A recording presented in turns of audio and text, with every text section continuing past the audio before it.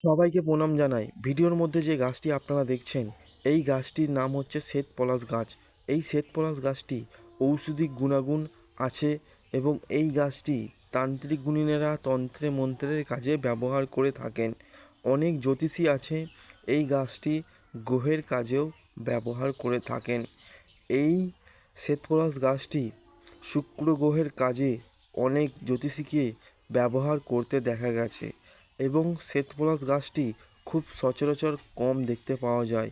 যদি আপনাদের ওইখানে এই শ্বেতপলাশ গাছটির নাম অন্য কিছু হয়ে থাকে তাহলে কমেন্টের মাধ্যমে অবশ্যই জানাবেন।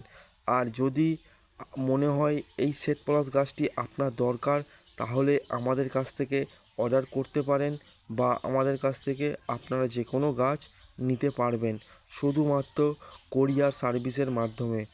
আপনাদের হাতে খুব সহজেই গাছ পৌঁছে